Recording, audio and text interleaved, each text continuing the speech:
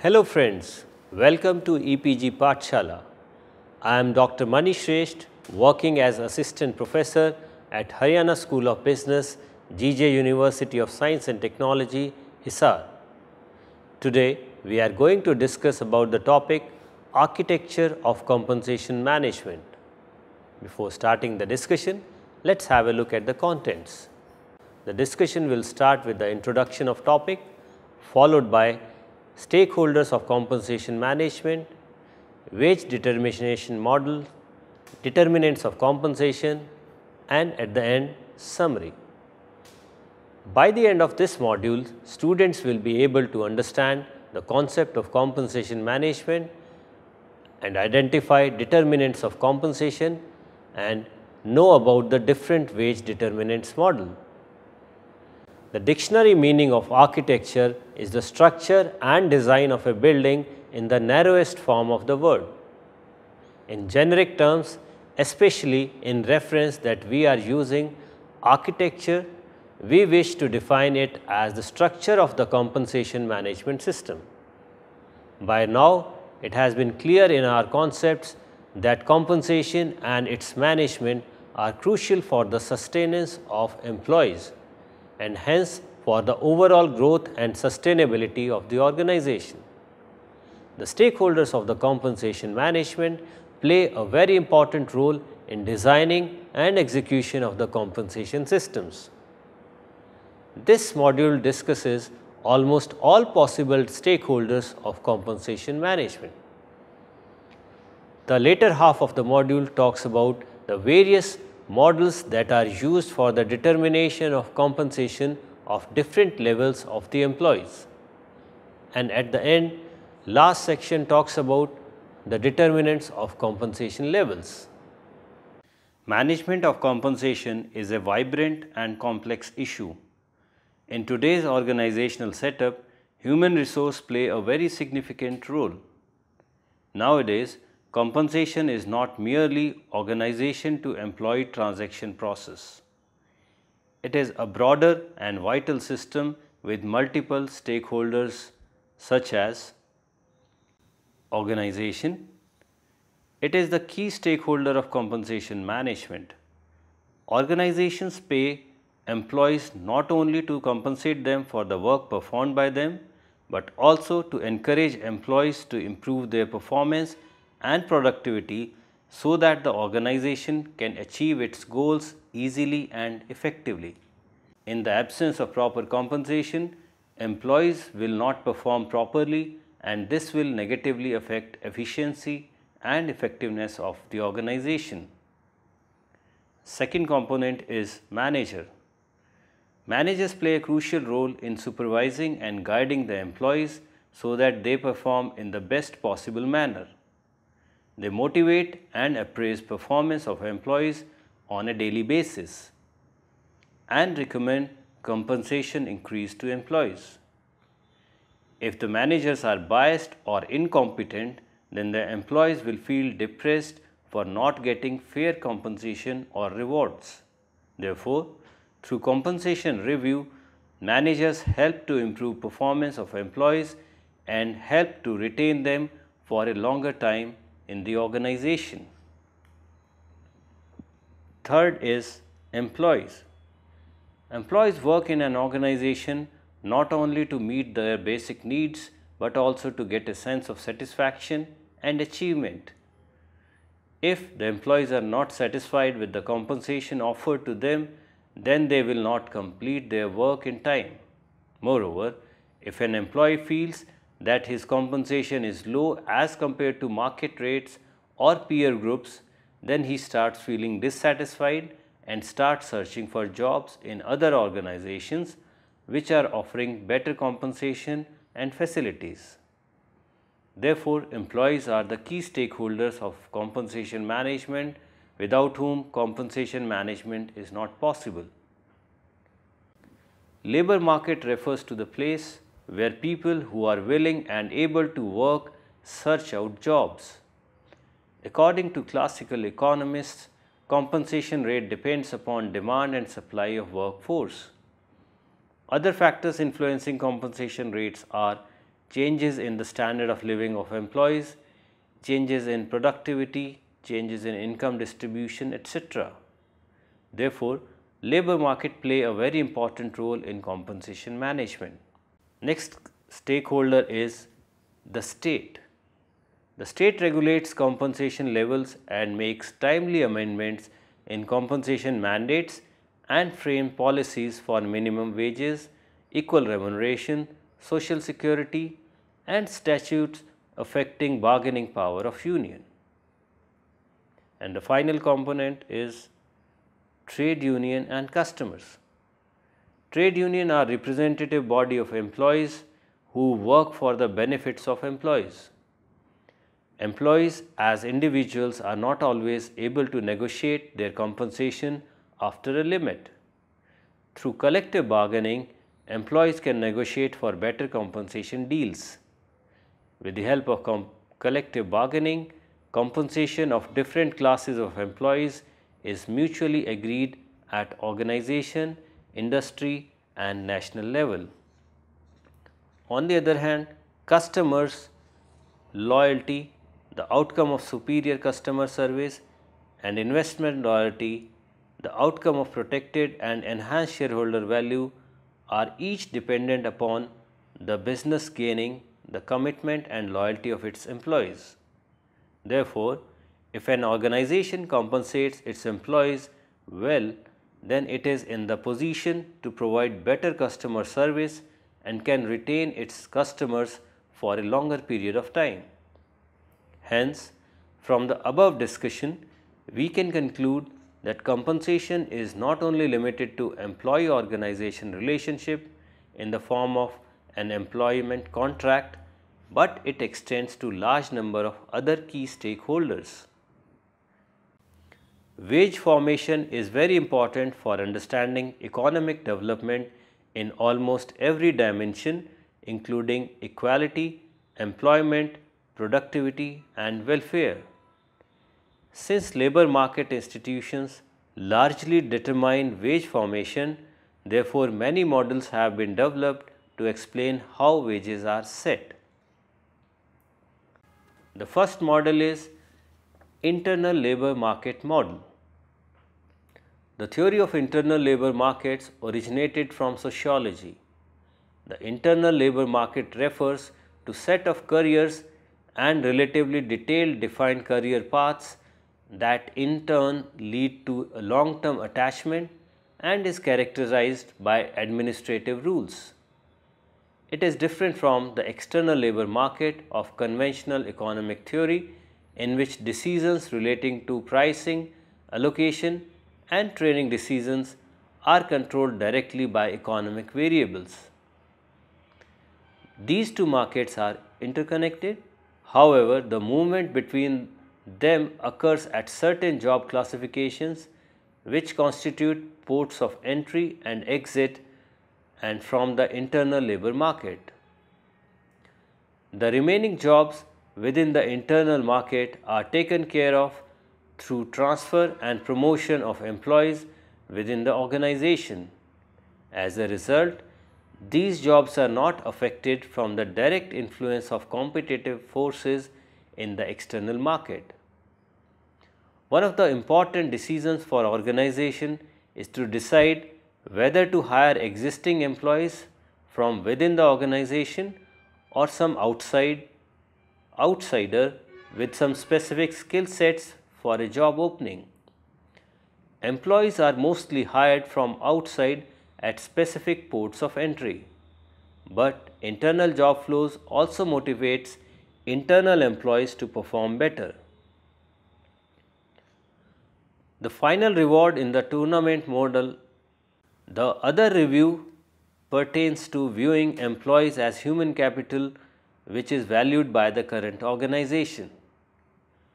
Organizations and employees will invest in organization specific training only if they feel that they will be able to gain substantially in some form or the other from the training.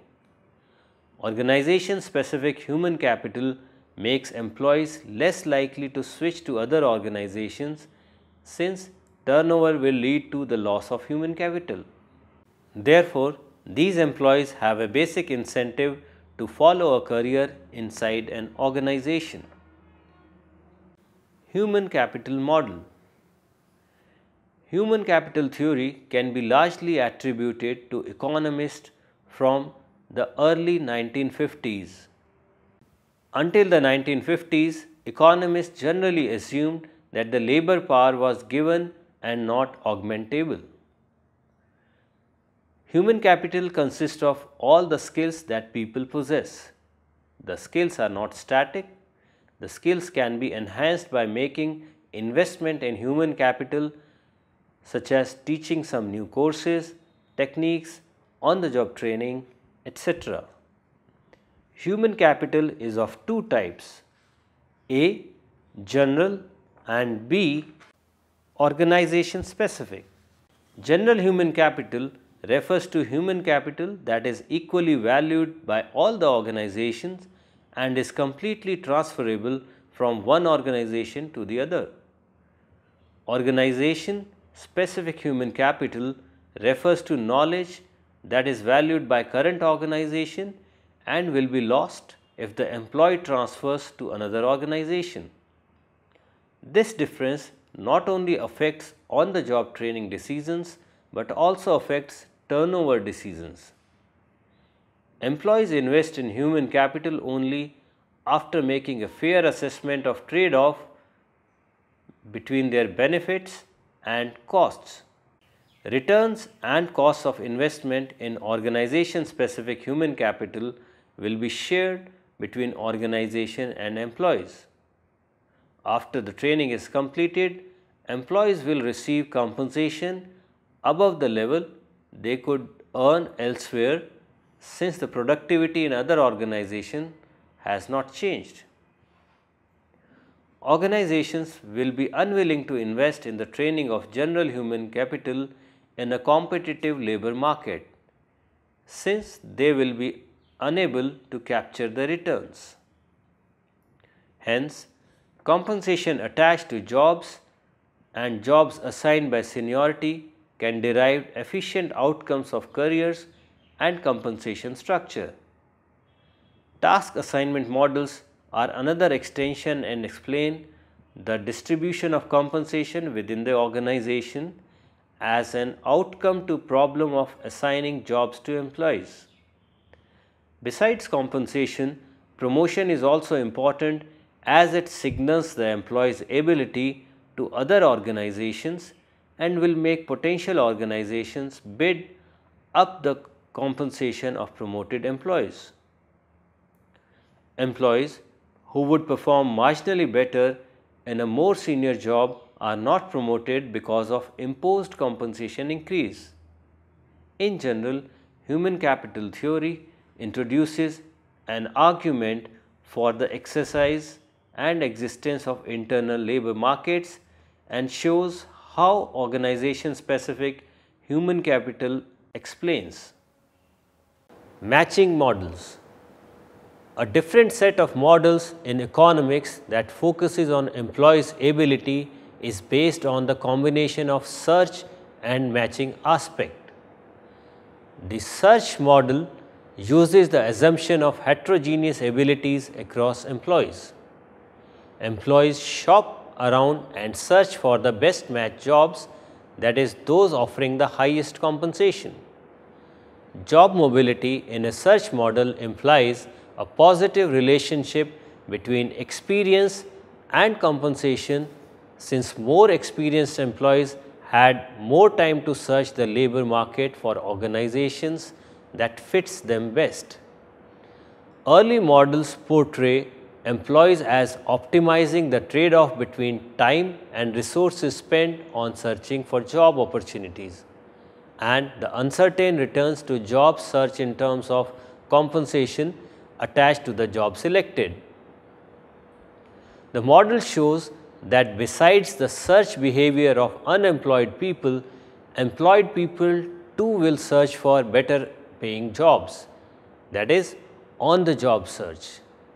At the beginning of a job, there is a lack of information about the match quality between an employee and the job.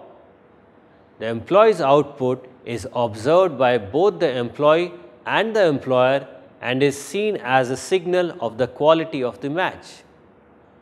Over time, more information is revealed and prior expectations about the match quality are updated.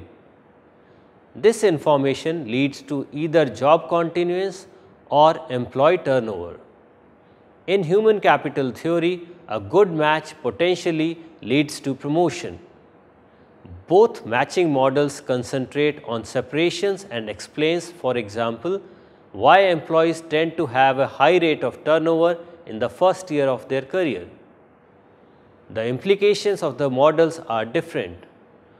On one hand, the search model predicts that the probability of a job separation declines when general labor market experience increases. More experience will lead to higher compensation and thereby falling probability that the subsequent compensation offer is high enough to lead to a switch. On the other hand, the matching model predicts that the probability of separation declines with on-the-job tenure. Bad matches whose information is revealed in an earlier stage of the work relationship will lead to a switch decline as function of tenure. Competitive model. The neoclassical interpretation of wage differentials emphasizes two aspects of wage behaviors. A. Since labor demand is determined by the value of the marginal product, wage differentials must correspond to productivity differentials. B. The free market forces will ensure that labor of the same quality will be paid the same wage. There are basically three types of considerations under which wage differentials remain consistent with the competitive interpretation of labor market. These are transitory differences, compensating differentials, and unmeasured labor quality. The last two are related to measurable problems. In the first place, changes in labor demand could produce transitory wage differentials for equally productive employees, differentials that will tend to narrow over time as the labor market returns to equilibrium. A second expansion focuses on compensating differentials that arise as higher wages are needed to compensate employees for job attributes of the industry. In this case, wage differentials are essentially a measurement error, since the compensation does not take into account differences in non-pecuniary costs of employees' employment. Finally, wage differentials may reflect the existence of unmeasured labor characteristics. These differentials could arise because different industries employ different technologies, which in turn are sensitive to employee ability in different degrees. The differential ability is known by the employee and the organization, but is unobserved by econometricians. In this model of insider-outsider, wage rigidity is attributed to the success efforts of existing employees or insiders to maintain their pay at the expense of unemployed job seekers or outsiders who would work for less. The insiders are quite powerful in the sense that they keep the turnover cost away, and the organization has the confidence that all systems and procedures are known as the employee is already in the system. In this manner, the presence of unemployed outsiders does not exert much downward pressure on compensations within the organization, because a pay cut would induce many insiders to quit, taking their valuable organization specific human capital with them. Those that stayed may not cooperate well with the new recruits. Two-tier pay scales would also pose problems for the organizations, because the insider will fear their eventual replacement by their lower paid new employees would once again refrain from cooperating. Even in a cyclical decline, the insider pay may respond little, if at all, because a pay drop is not something the insiders will accept. Consequently, employees are laid off. If insiders know that the organization will lay off employees on the basis of efficiency, then a majority of the more efficient employees will oppose a pay cut. Nowadays, one of the biggest challenges faced by business leaders is to search out effective methods of compensating employees. Rewards for productive work have been considered key motivators for efforts and achievements. In older days, the rewards came in the form of food and endurance, but with the introduction of money as a medium of exchange, these rewards have taken form of compensation. With time, the modes and methods have evolved in numerous ways in cash and kind. Compensation policies, strategies and practices of an organization are influenced by a number of factors. These factors are personal characteristics. Personality is an important element of behavior, and behavior is the foundation stone of structure called attitude, motivation and the performance of all employees. Personality is shaped by efficient internal and external factors, and it affects the behavior and actions of the employees and finally their job performance. It includes few dimensions of personal characteristics such as extroversion. Extrovert individuals are self-regulating in nature and therefore they feel more satisfied with their jobs because the work gives them self-satisfaction. Such employees need very little supervision and often respond positively to performance-linked rewards. On the other hand, introvert individuals are relatively less satisfied with their job due to too much stimulation. They do not respond positively to performance-linked rewards. Employees who are highly emotionally stable are likely to be more committed towards their goals, respond positively towards negative feedback, work hard to overcome obstacles in performing tasks, and are highly result oriented. Such employees are generally motivated and respond positively to pay for performance program. Individuals with high mental ability would be more anxious to compensation and promotions as motivators. They are the part of openness. Conscientious individuals often perform in an ethical manner and are often regular to work, which enables them to get better rewards and compensation. Employees who are good acceptors are always good followers and so seldom reach to higher positions, whereas those who voice their opinions move high up in ranks. Such employees value high rewards to excel in their jobs. Type of work has a deep and direct impact on outlook towards compensation depending upon the physical or mental abilities and terms of employment needed for satisfactory completion of a job. Expectations of employees shall be high for jobs which require greater skills, mental ability and competent jobs but require lesser skills, mental abilities and expectations of employees are lower. Furthermore, more manual jobs which involve huge risk to accidents and injuries, the compensation level shall be kept higher than the jobs which involve lower risk. Jobs which are temporary or contractual in nature, compensation should be kept lower than the regular jobs. Thus, there are a lot of factors which affect compensation and the conditions of work, nature of job and availability of specific skills that are critical to compensation fixation.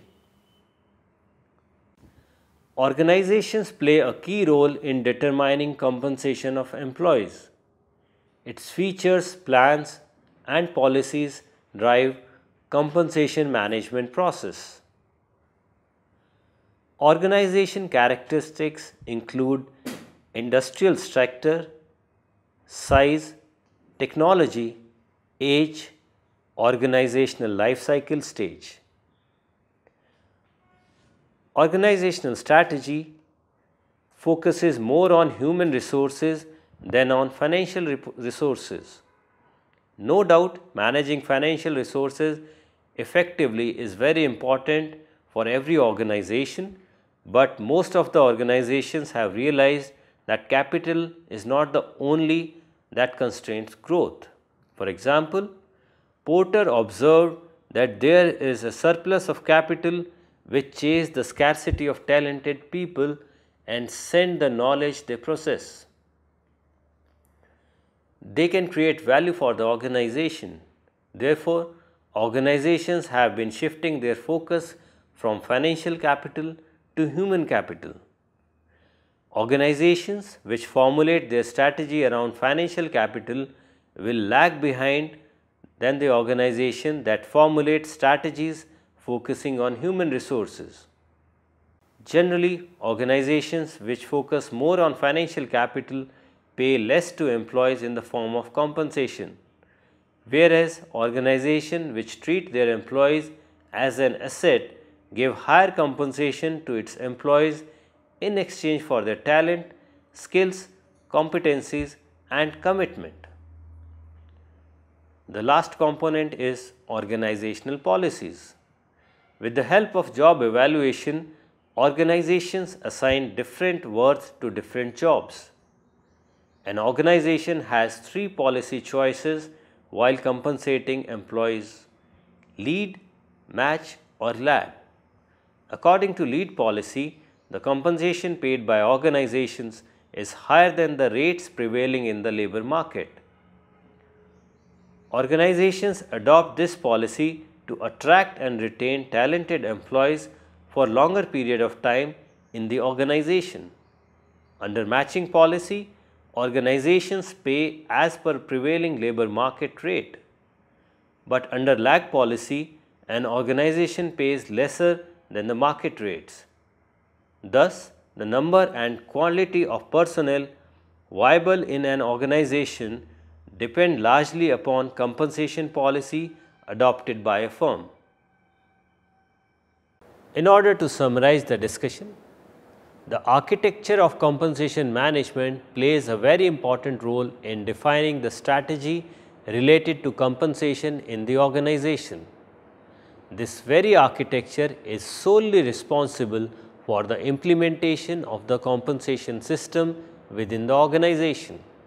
So, if this architecture has been meticulously planned, the compensation system as a whole will be fruitful in sustaining, satisfying, and motivating the employees of the organization.